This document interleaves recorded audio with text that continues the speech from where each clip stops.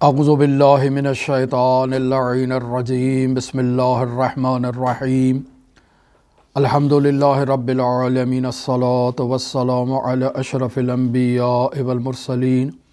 وعلی آلہ الطیبین الطاہرین المعصومین الذین اذہب اللہ عنہم الرجس وطہرہم تطہیرا اللہم صل علی محمد وآل محمد اللہم اخرجنا من الظلمات الوہم واکرمنا بنور الفہم اللہم افتح علینا ابواب رحمتک وانشر علینا خزائن علومک برحمتک یا ارحم الراحمین۔ قال رسول اللہ صلی اللہ علیہ وآلہ وسلم بعثت لأتمم مکارم الاخلاق۔ کتاب شریف معراج السعادہ مختصر اور بطور خلاصہ آپ حاضرین اور آپ مؤمنین کی خدمت میں پیش کی جا رہی ہے۔ ایک نہایت ہی گراں قدر اخلاقی کتاب ہے۔ مرحوم آیت اللہ بہجت رحمۃ اللہ علیہ فرمایا کرتے تھے کہ ہر روز کتاب معراج السعادہ کا ایک صفحہ اگر پڑھا جائے تو انسان سال بھر میں خود کے اندر نمایاں طور پر تبدیلی کو مشاہدہ کرے گا۔ اس کتاب میں اور اس کی مادر کتاب یعنی جامع السعادات میں جو ابتدائی بحثیں بیان کی گئی ہیں وہ تھوڑا ایک جہت سے دشوار اور مشکل اور پیچیدہ بحثیں ہیں، چونکہ عقلی بحثیں ہیں، فلسفی بحثیں ہیں اور معرفت شناسی کی بحثیں ہیں، انسان شناسی کی بحثیں ہیں۔ بطور معمول ایسی ابحاث ہمارے معاشرے میں بیان نہیں کی جاتی ہیں اور لوگ ان بحثوں سے زیادہ مانوس نہیں ہیں، لیکن حقیقت یہ ہے کہ انسان اگر معرفت شناسی خود شناسی کی بحث کو اچھی طرح سے حل کر لے تو اس کی زندگی کے بہت سے پیچیدہ مسائل حل ہو جائیں گے۔ وہ مسائل جو اس انسان کے خدا کے ساتھ ہیں، خدا شناسی میں انسان کو جن مشکلات کا سامنا ہے وہ مشکلات انسان کی راہ سے برطرف ہو سکتی ہیں۔ امام شناسی کی راہ میں انسان کے لیے جو مشکلات ہیں وہ مشکلات انسان کی برطرف ہو سکتی ہیں۔ بس انسان خود شناسی کے ذریعے سے خدا شناسی اور حجت شناسی کے میدان میں کامیابی کے ساتھ انسان داخل ہو سکتا ہے۔ لہٰذا اجمالی طور پر کل یہ بات اور پرسوں یہ بات بیان کر دی گئی کہ رسول خدا صلی اللہ علیہ وآلہ وسلم ارشاد فرماتے ہیں کہ من عرف نفسہ فقد عرف ربہ، جس نے اپنے آپ کو پہچان لیا اس نے اپنے رب کو پہچان لیا، اور جس نے اپنے رب کو پہچان لیا اس نے رسول کو پہچان لیا، اس نے حجت کو پہچان لیا، اس نے دین کو پہچان لیا۔ لہٰذا خود شناسی کی بحث نہایت ہی اہمیت کی حامل ہے دین شناسی میں اور بطور خاص اخلاق شناسی میں، انسان شناسی میں۔ لہٰذا اگر انسان خود شناسی نہیں کرتا، خود کو نہیں پہچانتا، تو ایسا انسان اگر اخلاقی میدان میں داخل ہونا چاہتا ہے، اخلاقیات کو پڑھنا اور سیکھنا چاہتا ہے تو وہ ہرگز کامیاب نہیں ہو سکتا، چونکہ اس نے بنیاد ہی کو اپنے وجود میں داخل نہیں کیا جو خود شناسی کی بحث ہے۔ لہٰذا آج ہم اس کتاب معراج السعادہ کا دوسرا موضوع آغاز کر رہے ہیں اور وہ ہے خود شناسی کی کیفیت، یعنی انسان کیسے خود کو پہچان سکتا ہے، کیا طریقہ ہے خود کو پہچاننے کا۔ تو یہاں بنیادی طور پر بیان کرنا چاہ رہے ہیں کہ اگر انسان تم خود کو پہچاننا چاہتے ہو تو یہ بات جان لو کہ انسان مرکب ہے، دو چیزوں کا مجموعہ ہے۔ ایک انسان کا جسم ہے جو ظاہری طور پر قابل مشاہدہ ہے، اور یہ جسم وہ مشہور و معروف نظریہ کہ عناصر اربعہ سے مل کر تشکیل پایا ہے اور بنا ہے، یعنی انسان مجموعہ ہے آگ کا، ہوا کا، پانی کا اور مٹی کا۔ ان تمام چیزوں سے مل کر انسان بنا ہے، لیکن اس میں مٹی کا غلبہ موجود ہے۔ جیسے شیطان کی خلقت میں اور دوسری موجودات کی خلقت میں آگ کا غلبہ ہے، لیکن انسان کی خلقت میں مٹی کا غلبہ ہے۔ لہٰذا یہ عناصر اربعہ ہیں جو فلسفہ قدیم میں بیان کیے جاتے تھے کہ 4 چیزیں ہیں جو انسان کی تخلیق میں شامل ہیں۔ ممکن ہے جدید فلاسفہ اس نظریے کے قائل نہ ہوں یا اس بحث میں عناصر اربعہ کو ایکسیپٹ نہ کرتے ہوں، لیکن مرحوم ملا احمد نراقی اور ان کے والد ملا مہدی نراقی نے اسی معروف نظریے کو بیان کیا ہے کہ انسان اگر خود کو پہچاننا چاہتا ہے تو اجمالی طور پر اسے یہ معلوم ہونا چاہیے کہ ہر انسان 2 چیزوں سے مل کر بنتا ہے۔ ایک اس کا جسم ہے کہ جو گوشت، کھال، ہڈیاں، رگیں اور چربی کا مجموعہ ہے، یعنی انسان کے وجود میں یہ سب چیزیں موجود ہیں کہ جن سے اس کا جسم تشکیل پاتا ہے۔ ہمارے ہاتھ ہیں، ہماری آنکھیں ہیں، ہمارے کان ہیں، ہماری زبان ہے، ہمارا گلا ہے، ہماری جسم ہے، اس کے اوپر ایک کھال ہے، اس کھال کے نیچے گوشت ہے اور بیچ میں بہت باریک باریک رگیں ہیں جن سے خون انسان کے دل کے ذریعے سے تمام جسمانی اعضاء تک پہنچ رہا ہے اور ان کو لحظہ لحظہ، لمحہ لمحہ حیات مل رہی ہے۔ اور اگر یہ خون حرکت کرنا بند کر دے، یعنی اگر دل حرکت کرنا بند کر دے یا درست انداز میں خون کو جسم کے تمام اعضاء تک نہ پہنچائے تو اس کے نتیجے میں انسان کی یا ایک ہی دفعہ یا تدریجاً موت واقع ہو سکتی ہے۔ پس یہ انسان نے اگر خود کو پہچاننا ہے تو پہلے مرحلے میں انسان اپنے ظاہری جسم کو پہچانے گا کہ یہ میرا جسم ہے اور میری یہ جسمانی اعضاء ہیں، اور انسان اپنی آنکھ کے ذریعے سے اپنے جسمانی اعضاء کو دیکھ سکتا ہے اور اپنے محسوسات سے جو اس کے حواس خداوند متعال نے اس کو دیے ہیں، ان حواس کے ذریعے سے وہ اپنے جسم کو لمس کر سکتا ہے، چھو سکتا ہے، محسوس کر سکتا ہے۔ لہٰذا وہ اگر خود شناسی کے میدان میں داخل ہوگا تو وہ انہی چیزوں سے اپنے وجود کو پہچانے گا کہ یہ میرا وجود ہے، یہ ان چیزوں کا مجموعہ ہے اور ان چیزوں سے مل کر بنا ہے۔ لیکن یہ انسان اس بات کی بھی گواہی دے گا کہ میرے اس بعد کے علاوہ بھی میرے وجود میں ایک پہلو موجود ہے کہ جو میری حقیقت ہے۔ وہ کیا ہے؟ وہ اس کے لیے مختلف الفاظ استعمال کیے جاتے ہیں۔ ایک دفعہ کہا جاتا ہے کہ وہ انسان کا نفس ہے، ایک دفعہ کہا جاتا ہے کہ وہ انسان کی روح ہے، ایک دفعہ کہا جاتا ہے وہ انسان کی جان ہے، اور ایک دفعہ کہا جاتا ہے وہ انسان کی عقل ہے۔ یعنی یہ تینوں چاروں نام جو ہیں وہ در واقع ایک ہی حقیقت کی طرف اشارہ کرنا چاہ رہے ہیں کہ جو انسان کے وجود میں موجود ہے، کہ جو انسان کی حقیقت کو قوام عطا کرتی ہے۔ یعنی اگر انسان قائم ہے تو اس حقیقت کی بنیاد پر ہے، اگر وہ حقیقت انسان سے چھین لی جائے تو انسان کی عمارت جو ہے وہ زمین بوس ہو جائے گی اور دھڑم کے کر کے جو ہے وہ زمین پر جا کر گرے گی۔ پس وہ چیز حقیقت میں انسان کی قوام ہے۔ لہٰذا آپ دیکھیں تو روایات میں بھی بیان کیا جاتا ہے کہ اول ما خلق اللہ العقل، سب سے پہلی چیز جسے خداوند متعال نے خلق کیا وہ عقل ہے۔ یا اول ما خلق اللہ النور، سب سے پہلی چیز جسے خداوند متعال نے خلق کیا وہ نور ہے۔ یا رسول خدا کا فرمان ذیشان کہ اول ما خلق اللہ نوری، سب سے پہلی چیز جسے خدا نے خلق کیا وہ ہمارا نور ہے۔ وہاں پر بھی در واقع وہ نام مختلف لیے جا رہے ہیں، لیکن وہاں پہ بھی حقیقت واحدہ ہے اور وہ حقیقت محمدیہ ہے۔ لہٰذا حقیقت محمدیہ جو ہے وہ عالم امکان کی اساس اور بنیاد ہے۔ پھر یہ حقیقت بہت عرصہ تک خداوند متعال کی تسبیح و تقدیس کرتی رہی۔ پھر خداوند متعال نے اس حقیقت کو منشعب کیا، اقسام میں تبدیل کیا، ایک حصے میں ولایت کو قرار دیا، ایک حصے میں نبوت کو قرار دیا۔ یہ پھر ہماری بات سے بات نکل جاتی ہے اور پھر اعتقادی باب میں ہم داخل ہو جاتے ہیں۔ لہٰذا جب ہم اہل بیت علیہم الصلاۃ والسلام کے اس بعد کی طرف اشارہ کرتے ہیں تو اس کے لیے روایات میں کلمہ باب استعمال کیا گیا ہے۔ یعنی جب ہم امام علی ابن موسیٰ رضا کی حرم مطہر میں داخل ہونے کے لیے دروازے پر کھڑے ہوتے ہیں تو ہم وہاں خداوند متعال کی بارگاہ میں مخاطب قرار دے کر خدا سے اجازت مانگتے ہیں کہ اللہم انی وقفت علی باب من ابواب بیوتک، اے میرے پروردگار کہ میں اس وقت تیرے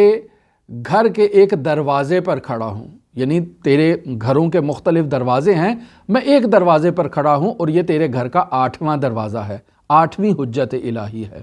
لہٰذا وہاں بھی اس باب کی طرف اشارہ کیا گیا ہے۔ عقیدتی اعتبار سے، فلسفی اعتبار سے، نظریاتی اعتبار سے اگر دیکھا جائے تو انسان اپنے، جیسے ابھی وہ حدیث ہم آپس میں ذکر کر رہے تھے کہ انا و علی، کیا ہے حدیث،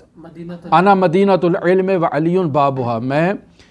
علم کا شہر ہوں اور علی اس کا دروازہ ہے۔ پس جس کسی کو بھی علم چاہیے اسے دروازے پر آنا ہوگا، دروازے سے ہی اس کو علم ملے گا، اور اگر وہ دروازے پر نہیں آئے گا تو کوئی کھڑکی، کوئی دیوار، کوئی چھت اسے علم نہیں دے سکتی ہے، وہ دروازے ہی کے ذریعے سے آئے گا۔ پس اس بیت نبوت سے جتنے معارف باہر نکلیں گے وہ اس دروازے سے نکلیں گے، اور جتنے معارف اس بیت کی طرف واپس پلٹیں گے وہ اسی دروازے پر پہنچیں گے۔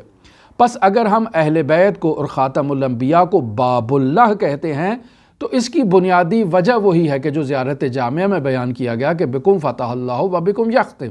کہ آغاز آپ ہی سے ہے، یعنی مخلوق کا آغاز آپ سے ہے، مخلوق کی اختتام بھی آپ ہی کی طرف ہے۔ یعنی عالم امکان کا جو کچھ بھی خداوند متعال نے خلق فرمایا ہے وہ اس دروازے سے خلق فرمایا ہے، اور پھر جو کچھ بھی اختتام پذیر ہوگا وہ اسی دروازے پر جا کر دوبارہ منتہی ہوگا، اور یہ ہے فلسفہ انا للہ و انا الیہ راجعون کا۔ لہٰذا قوس صعود اور قوس نزول میں جو سب سے اوپر مخلوق ہے وہ صادر اول ہے، وہ حقیقت محمدیہ ہے۔ اب یہ حقیقت محمدیہ مختلف ابعاد میں نزول کرتے کرتے مختلف زاویوں میں، مختلف پردوں میں آتے ہوئے اس وقت ہمارے سامنے ایک جسم کی حقیقت میں آئی ہے، جسے حقیقت جسمانیہ محمدیہ یا حقیقت جسمانیہ علیویہ یا حقیقت جسمانیہ فاطمیہ کہتے ہیں، وگرنہ حقیقت میں یہ سب جا کر اوپر حقیقت واحدہ میں جا کر جو ہے وہ پہنچتے ہیں، اور وہ حقیقت محمدیہ ہے، اور وہ اسے آپ صادر اول بھی کہہ سکتے ہیں، اسے آپ مخلوق اول بھی کہہ سکتے ہیں، یہ سب عناوین ہیں۔ پس ہماری بحث سے بحث نکل گئی، انسان کی حقیقت جو ہے اس کے لیے مختلف نام استعمال کیے جاتے ہیں، جن میں سے ایک نام روح ہے، ایک نام جان ہے، ایک نام عقل ہے، ایک نام کیا ہے، دل ہے۔ یہ سب انسان کی ایک ایسی حقیقت کی طرف اشارہ ہے جس کا تعلق عالم ملکوت سے ہے۔ ہمارے پاس دو عوالم ہیں، خداوند متعال قرآن مجید میں ان کی طرف اشارہ کر رہا ہے کہ الا لہ الملک و لہ الامر، اسی کے لیے عالم ملک ہے، اسی کے لیے عالم امر ہے۔ عالم ملک جب استعمال ہوتا ہے تو اس سے مراد عالم مادہ ہے، عالم دنیا ہے، اور جب عالم جو ہے وہ ملک استعمال ہوتا ہے،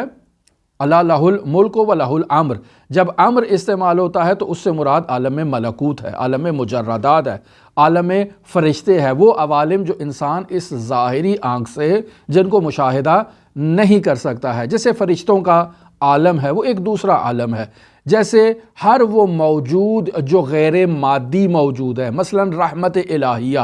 رحمت واسعہ، برکت الہیہ، برکت واسعہ، یہ وہ ساری چیزیں ہیں کہ جو مادی نہیں ہیں، انسان ان کو اپنی آنکھوں سے مشاہدہ نہیں کر سکتا، لیکن یہ ایک حقیقت ہے۔ لہٰذا یہ نفس، یہ جان، یہ عقل، یہ روح جسے عالم ملکوت سے جس کا تعلق ہے، یہ انسان کے جسم کی ایک حقیقت ہے، اور یہ مادی نہیں ہے، غیر مادی ہے۔ پس ابھی تک کی بات میں ملا احمد نراقی یہ بیان کرنا چاہ رہے ہیں کہ ایھا الانسان، تمہاری حقیقت دو چیزوں پر مشتمل ہے، ایک تمہارا جسم ہے کہ جس میں تم اپنے جسمانی اعضاء کو دیکھتے ہو، ناک ہے، آنکھ ہے، گلا ہے، ہڈیاں ہیں، کھالیں ہیں، رگیں ہیں اور چربی ہے اور پتہ نہیں کیا کچھ ہے، یہ تمہارا ظاہر ہے۔ لیکن اس ظاہر کی مینجمنٹ کرنے والی ایک اور حقیقت ہے جس کو عقل کہہ لو، جس کو روح کہہ لو، جس کو جان کہہ لو، جس کو دل کہہ لو، لیکن دل سے مراد یہ وہ دل نہیں ہے جو انسان کے وجود کے اندر خون کی گردش کر رہا ہے، یہ وہ دل نہیں ہے۔ عقل سے بھی مراد لی جائے گی تو وہ عقل نہیں ہے جو انسان کی کھوپڑی کے اندر ہے، بلکہ یہ تمام ایک ہی حقیقت کی طرف نشاندہی کر رہے ہیں، اور وہ انسان کی روح ہے، انسان کا نفس ہے۔ لہٰذا ملا احمد نراقی کہتے ہیں کہ اللہ تعالیٰ نے اپنی قدرت سے نفس اور جسم، یعنی نفس کا تعلق جو ہے وہ عالم ملکوت سے ہے، اور جسم کا تعلق کیا ہے، عالم ملک سے ہے۔ اللہ نے اپنی قدرت کے ساتھ ان دو متضاد چیزوں کے درمیان ربط قائم کیا ہے، رابطہ قائم کیا ہے، اور ہر موجود ذی روح کے اندر خداوند متعال نے یہ خصوصیت رکھی ہے، چاہے وہ پرند ہیں، چاہے وہ دوسرے حیوانات ہیں، ہر ایک کی یہ دو حقیقتیں ہیں، ایک اس کا جسم ہے، ایک اس کی حقیقت ہے۔ بدن خاکی ہے اور یہ بدن جو ہے وہ مقید ہے، محدود ہے۔ یعنی کس چیز سے یہاں یہ بیان کرنا چاہ رہے ہیں کہ انسان کے بدن کے اندر جو ہے وہ روح واقع ہے، یہ ایک نظریہ ہے۔ اس نظریے کو عرفاء نے اور علماء نے آ کر رد کر دیا ہے۔ مرحوم ملا احمد نراقی پرانا نظریہ بیان کر رہے ہیں کہ روح جو ہے وہ بدن کے اندر مقید ہے، جبکہ جدید نظریے میں روح جو ہے یا نفس جو ہے وہ اس بدن کی تدبیر کر رہا ہے، مینجمنٹ کر رہا ہے، اس کا لازمہ یہ نہیں ہے کہ یہ اس کے اندر ہو۔ پھر وہ آ کر فقہا اور جو حکماء ہیں نفس شناسی کی، معرفت شناسی کی بات میں جا کے نفس کو مختلف حالات میں تقسیم کر دیتے ہیں، اور وہ کہتے ہیں کہ یہ جو ہم حقیقت نفس کی بات کر رہے ہیں، یہ نفس جو مجرد عن المادہ ہے، یہ انسان کی مدیریت اور مینجمنٹ کر رہا ہے، یہ انسان کے اندر داخل نہیں ہے۔ وہ نفس جسے آپ انسان کے اندر داخل بیان کر رہے ہیں اسے روح بخاری کہا جاتا ہے، اس کی الگ اقسام ہے روح کی اور نفس کی، یہ وہ نہیں ہے۔ وہ انسان کو جب آپ مثلا کسی حیوان کو ذبح کرتے ہیں تو اس کی گردن سے آپ کو بس اوقات ایک دھواں ٹائپ کو چیز نکلتی ہوئی دکھائی دیتی ہے، اسے روح بخاری کہا جاتا ہے۔ وہ انسان کے وجود میں جو ہے وہ اس خون کے ساتھ گردش کرتی ہے، یہ ایک نظریہ ہے۔ پس ایک مدت معینہ کے تحت جو ہے وہ یہ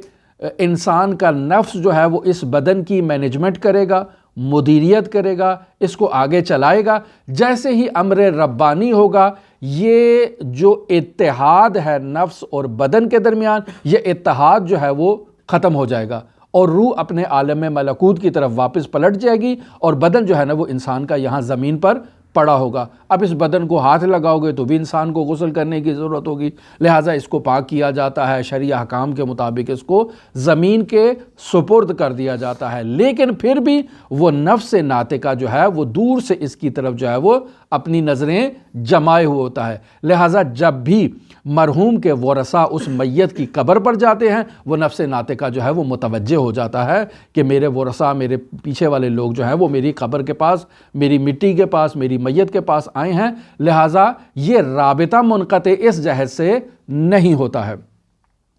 پس جسم اور نفس میں جدائی جو ہے وہ اس وقت ہوگی جب خداوند متعال کا حکم ہوگا۔ اب یہاں انسان ان دو حقیقتوں کو جب جان لیتا ہے کہ میرے بدن کی دو حقیقتیں ہیں، ایک میرا جسم ہے، ایک میری روح ہے، تو پھر انسان ان کی پہچان کے لیے آگے نکلتا ہے۔ جسم کی پہچان میں وہ آنکھوں سے مشاہدہ کرتا ہے، اپنے حواس کے ذریعے سے لمس کرتا ہے، آہستہ آہستہ جو ہے وہ اپنی حقیقت کی شناسائی حاصل کرتا ہے، دوسری موجودات کی حقیقت کو جاننے کی کوشش کرتا ہے۔ آہستہ آہستہ انسان اپنے حواس کے ذریعے سے اپنے علم میں اضافہ کرتا ہے اور عالم ہو جاتا ہے۔ لیکن انسان کا نفس اور انسان کی روح چونکہ مجرد ہے، مادی نہیں ہے، تو اسے پہچاننے کا معیار بھی مادی نہیں ہوگا۔ مثلا ہم جسم کو پہچانتے ہیں تو آنکھ کے ذریعے سے اجسام کو مشاہدہ کرتے ہیں، ہاتھ کے ذریعے سے ہم اسے لمس کرتے ہیں، ناک کے ذریعے سے ہم اس کی بو کو استشمام کرتے ہیں۔ تو اس طرح سے انسان اپنے ان حواس کا استعمال کرتے ہوئے اپنے علم میں اضافہ کر لیتا ہے، لیکن روح چونکہ قابل مشاہدہ نہیں ہے، لہٰذا اس کو پہچاننے کا زاویہ ہی مختلف ہوگا، جو اس عالم مادہ اور عالم جسم سے تعلق نہیں رکھتا ہے۔ پس اگلی بحث جو ملا احمد نراقی یہاں بیان کر رہے ہیں وہ یہی ہے کہ انسانی جو جسم ہے اس کی جنس چونکہ جسمانی نہیں ہے، تو اس کو پہچاننے کے راستے کیا ہیں؟ یہاں 3 راستے ملا احمد نراقی بیان کر رہے ہیں اپنے والد بزرگوار کی اقتدا کرتے ہوئے۔ پہلا راستہ اس کا یہ ہے کہ انسان سب سے پہلے جو کام کرے وہ یہ ہے کہ اپنی دل کی تختی کو پاکیزہ کر لے۔ وہ پاکیزہ کرے کس چیز سے؟ یعنی عالم مادہ سے اس کو پاک کرنے کی کوشش کرے۔ یعنی انسان کے حقیقت پر، انسان کی روح پر یہ جو مادی غبار آ گیا ہے، اس مادی غبار کو انسان آہستہ آہستہ اگر اپنے حقیقت سے صاف کرنے کی کوشش کرے گا، یعنی انسان کی روح جو اس بدن کے ساتھ آ چکی ہے، تو اس ملاقات کے نتیجے میں اس بدن کے آثار کچھ اس روح کے اوپر آئے ہیں اور کچھ اس روح کے روحانی آثار اس بدن کے اوپر آئے ہیں۔ چونکہ یہ دونوں ایک دوسرے کے ساتھ ہیں، تو ایک دوسرے کے ساتھ ہونے کے نتیجے میں دونوں ایک دوسرے سے تجارت کرتے ہیں، کچھ لیتے ہیں کچھ دیتے ہیں۔ تو اب اگر انسان اپنی حقیقت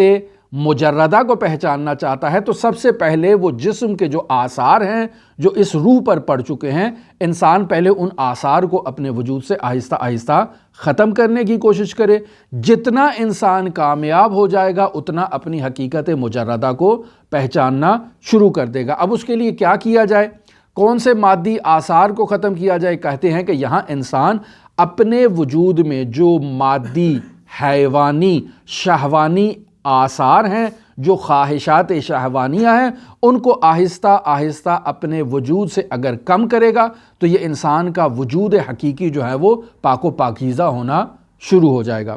لہٰذا کبھی کبھار انسان کے دل کے اندر اگر جو ناصالح افراد کی دوستی کا غبار آ جاتا ہے، انسان اس کو بھی اپنے وجود سے پاکیزہ کرے۔ یعنی یہ کہنا چاہ رہے ہیں کہ انسان اپنے تعلقات کو، دوستیوں کو دیکھ کر قائم کرے۔ وہ افراد جو انسان کا تعلق اور رابطہ اس دنیا میں مضبوط کر رہے ہیں، اگر انسان ان سے اپنا رابطہ کم کرے تو انسان کا دوسرا دروازہ کھل سکتا ہے جو عالم ملکوت کی طرف ہے۔ کیوں؟ چونکہ وہ چیز جو اس کو اس دنیا میں جکڑ کر رکھ رہی ہے، انسان نے اس سے اپنا تعلق کم کرنا شروع کر دیا ہے۔ لہٰذا اپنے محبوب حقیقی یعنی خداوند متعال سے اگر انسان خلوت کرے گا، تنہائی میں بیٹھے گا، مناجات کرے گا، گفتگو کرے گا، تو اس کے نتیجے میں انسان کا وہ ملکوتی پہلو جو ہے وہ بیدار ہو جائے گا اور یہ انسان کا جسمانی پہلو جو ہے یہ کمزور ہوگا، جس کے نتیجے میں انسان ملکوت کی طرف پرواز کر سکتا ہے اور اپنی حقیقت کو پہچان سکتا ہے۔ پھر ایک راستہ یہ بتاتے ہیں کہ انسان اپنے قلب سے اپنے خالق متعال سے مناجات کرے، گفتگو کرے، ہم کلام ہو۔ یہ بھی ایک راستہ ہے کہ انسان اپنی حقیقت ملکوتیہ کو پہچان سکتا ہے۔ پھر فرماتے ہیں کہ ایک اور نورانی کیفیت انسان کے وجود میں ان تمام اعمال کو انجام دینے کے نتیجے میں ایجاد ہوتی ہے اور اس روحانی کیفیت کا نام ہے یقین۔ یعنی انسان مرحلہ یقین پر پہنچ جاتا ہے کہ جو علم الیقین، عین الیقین اور اس کے بعد حق الیقین کا مرحلہ ہے۔ یعنی انسان ہر چیز کے اوپر جو ہے وہ ایرانیوں کے بقول یا عراقیوں کے بقول ابی الفضل کی قسم کھا کے کہہ سکتا ہے کہ یہ ایسے ہی ہے، چونکہ وہ قسم ایسے ہی موقع پہ اٹھائی جا سکتی ہے جہاں انسان کو یقین ہوتا ہے، وگرنہ وہ لوگ ایسی قسمیں وہاں پر نہیں اٹھاتے ہیں۔ بہت خوف ہے حضرت ابو الفضل العباس سے، لہٰذا جہاں 100% یقین ہوتا ہے وہاں قسم اٹھاتے ہیں۔ تو جب انسان کے وجود میں یقین کی کیفیت آ جائے گی انہی اعمال کو جو اوپر بیان کیا، تب انسان اپنی حقیقت کے بارے میں قسم اٹھا سکتا ہے کہ میری حقیقت جو ہے وہ مجرد ہے اور غیر مادی ہے۔ لہٰذا انسان اس غیر مادی بعد سے اپنا رابطہ مضبوط کرنے کی کوشش کرے گا۔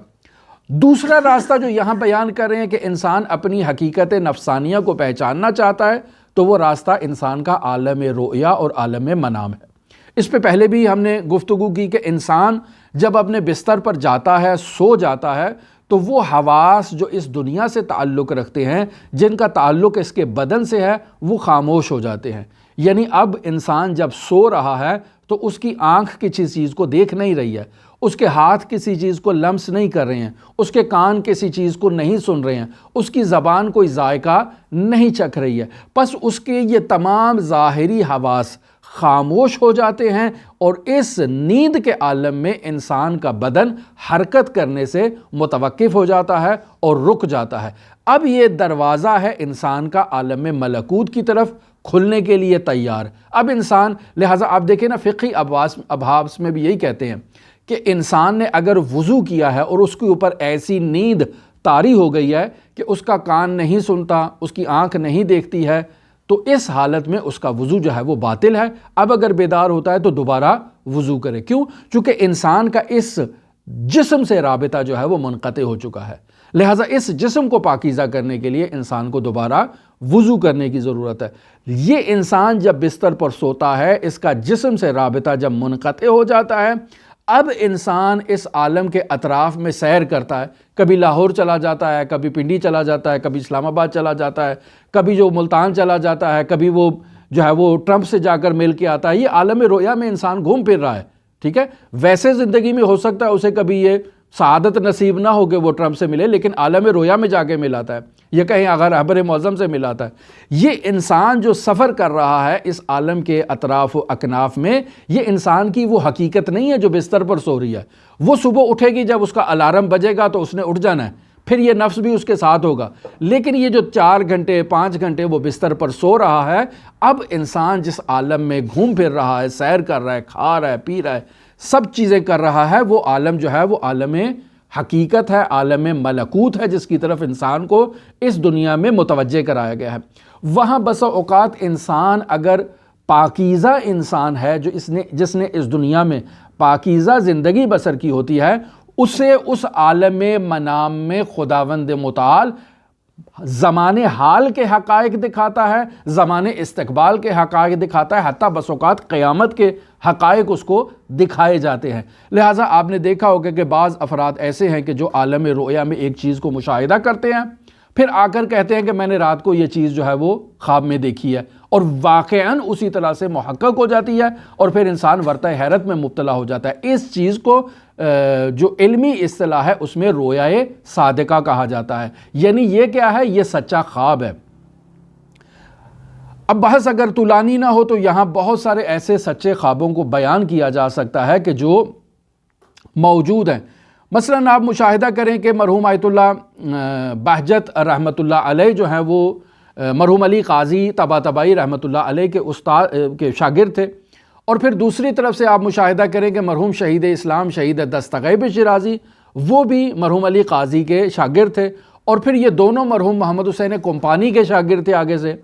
اب ایک روز درس میں بیٹھے ہیں اور مرحوم آیت اللہ جو ہے وہ بہجت آ کر کہتے ہیں کہ میں نے رات کو ایک خواب دیکھا ہے، اور وہ خواب دیکھا ہے کہ یہ جو آغا دستغیب ہیں ان کو شیراز سے بہت زیادہ خطوط آئے ہیں، لوگ ان کو دعوتیں دے رہے ہیں اور ان کو بلا رہے ہیں کہ آپ شیراز واپس لوٹ آئیں، نجف اشرف سے آپ کا ہم یہاں استقبال کرتے ہیں، یہاں آپ جو ہے وہ ہماری رہنمائی کریں، تبلیغ کریں۔ ایک کافی تفصیلی خواب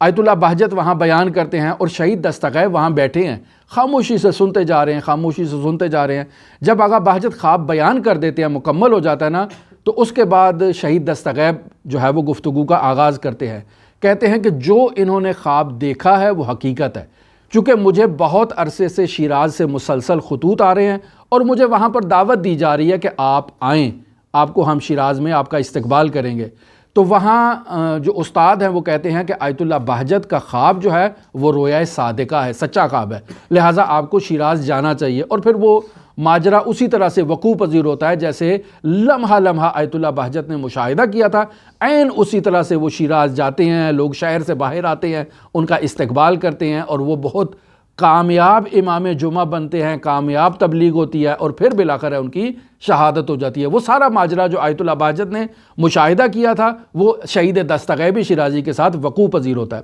پس انسان جو ہے وہ عالم رؤیا میں خداوند متعال کی جانب سے الہام وصول کرتا ہے، اور اس دنیا کے حقائق کو زمان حال سے متعلق ہو، زمان استقبال قریب سے متعلق ہو، زمان استقبال بعید سے متعلق ہو، یا حتیٰ عالم قیامت سے متعلق ہو، انسان ان کو مشاہدہ کرتا ہے۔ اور اس سلسلے میں بہت سی واقعات و حکایات کو بیان کیا جا سکتا ہے۔ وہ مرحوم آیت اللہ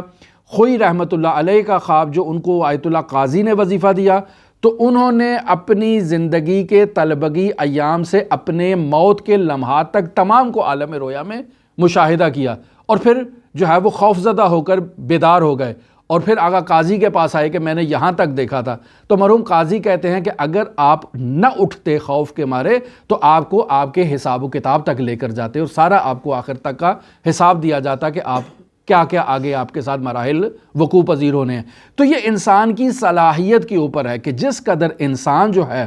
وہ خداوند متعال سے اس دنیا میں اپنا رابطہ مضبوط کرتا ہے، ملکوتی ہو جاتا ہے، عالم رؤیا میں اس انسان کو حقائق کی خبر دی جاتی ہے، اور انسان ان حقائق سے آگاہ ہوتا ہے،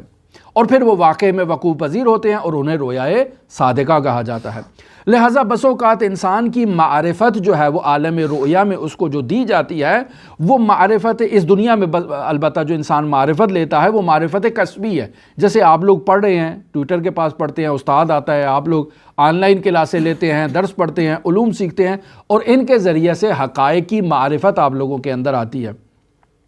بس اوقات انسان کو خداوند متعال حقائق کا علم عطا کرتا ہے اور اس کے لیے کوئی وسیلہ ظاہری نہیں ہوتا ہے۔ جیسے یہی عالم رؤیا میں انسان کو بہت سارے حقائق و علوم کی اطلاع دے دی جاتی ہے، یا اسی طرح سے بس اوقات دفعتاً انسان کو خداوند متعال کی جانب سے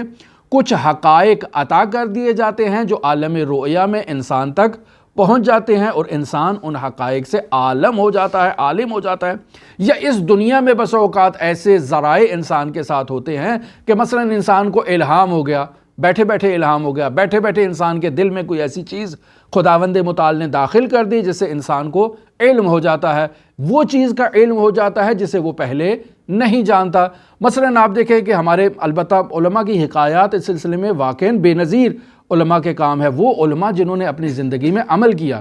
مرحوم اللہ صدرہ کہتے ہیں کہ جب بھی میری زندگی میں کوئی ایسی لا ینحل علمی مشکل آتی، میں حضرت معصومہ کے پاس جاتا، 2 رکعت نماز پڑھتا، سجدے میں جاتا، معصومہ سے التجا کرتا، وہ علم میرے پاس آ جاتا، وہ تمام خزانے اور دروازے جو میرے اوپر بند تھے وہ دروازے کھل جاتے۔ یہ کیسے ہوا؟ یہ عنایت ربانی ہے کہ جو توسل کے ذریعے سے، جو حضرات اہل بیت علیہم الصلاۃ والسلام کے ذریعے جو خداوند متعال سے رابطہ قائم کیا جاتا ہے، اس کے ذریعے سے یہ دروازے ان ہستیوں کے لیے کھول دیے جاتے ہیں۔ لہٰذا آج کی گفتگو میں ہم نے یہ 2 جو ہے وہ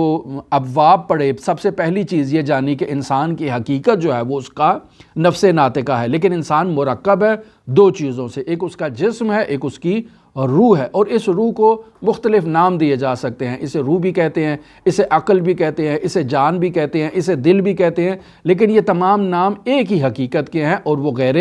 مادی ہے، مجرد ہے مادے سے۔ اب اس حقیقت کو کیسے پہچاننا ہے؟ 3 راستے یہاں مصنف نے کتاب کے بیان کیے ہیں۔ پہلا راستہ اس کا یہی ہے کہ انسان خود کو پاکیزہ کرے، خداوند متعال کی اطاعت کرے، اور اس اطاعت اور فرمانبرداری کے نتیجے میں انسان حقائق تک پہنچ سکتا ہے۔ دوسرا راستہ بیان کیا کہ انسان عالم رؤیا میں اس حقیقت کو درک کر سکتا ہے، اور تیسرا راستہ معرفت کا راستہ ہے، یعنی معرفت کسبی ہے یا معرفت وہبی ہے، جو علم لدنی ہے، جو خداوند متعال کی جانب سے عطا ہوتا ہے۔ لہٰذا معرفت کسبی میں یہ جو ہم لوگ کام کر رہے ہیں، یہ کلاس کا انعقاد کیا ہے۔ اب اس کلاس کے ذریعے سے بہت سارے حقائق آپ تک پہنچ گئے ہیں، آپ ان پر عمل کریں گے، عمل کے نتیجے میں خداوند متعال آپ کو اور خزانے عطا کرے گا۔ لہٰذا من عمل بما علم ورثہ اللہ علم ما لم یعلم، جو انسان اپنی معلومات کی قدر کرتے ہوئے ان پر عمل کرتا ہے، خداوند متعال اس کے سامنے مجہولات کے دروازے کھول دیتا ہے اور انہیں معلومات میں تبدیل کر دیتا ہے۔ لہٰذا انسان جو پہلے نہیں جانتا وہ اب جاننا شروع ہو جاتا ہے۔ لہٰذا ایک انسان بھی ما کان ما یکون ما ہوا کائن کی خبر دے سکتا ہے، اور وہ معصوم من اللہ نہیں بھی ہو سکتا۔ وہ کس طرح سے ہے؟ وہ انسان کے اپنے خداوند متعال سے رابطے کے نتیجے میں۔ جس قدر انسان کا خدا سے رابطہ مضبوط ہوتا جائے گا، قوی ہوتا جائے گا، تو اس رابطے کے نتیجے میں انسان کا رابطہ ایک ایسی ذات سے ہے جو عالم ہے۔ اس عالم ذات سے رابطے کے نتیجے میں انسان علم کو کسب کرے گا۔ دعا گو ہے خداوند متعال ہمیں ان معارف کو سمجھنے اور ان کی حقیقت کو جاننے کی توفیق عطا فرمائے۔ دعا گو ہے خداوند متعال ان معرفت کے خزانوں کے دروازے ہمارے لیے کھول دے اور آسانیاں پیدا کرے۔ دعا گو ہے خداوند متعال اس گھر میں اپنی رحمت و برکت نازل فرمائے، آفات و بلیات سے اس گھر کو اور اس گھر والوں کو محفوظ فرمائے۔ جو سامعین ہمارے گفتگو سن رہے ہیں اور آئندہ مستقبل میں سنیں گے، خداوند متعال ان پر بھی اپنی رحمت کے دروازے کھول دے، آفات و بلیات سے ان سب کو محفوظ فرمائے۔ خداوند متعال اہل بیت علیہم الصلاۃ والسلام کی محبت سے ہمارے دلوں کو سرشار فرمائے۔ خداوند متعال ہم سب کی زندگیوں میں جو مادی مشکلات ہیں، جو معنوی مشکلات ہیں، خداوند متعال بحق محمد و آل محمد ان مشکلات کا خاتمہ فرمائے۔ دعا گو ہیں خداوند متعال منجی عالم بشریت حضرت صاحب العصر صاحب الامر صاحب الزمان کے ظہور میں تعجیل فرمائے، ہمیں حضرت کے اصحاب و اعوان و انصار کی فہرست میں شمار فرمائے۔ اللہم صلی علی محمد و آل محمد وعجل فرج قائم آل محمد۔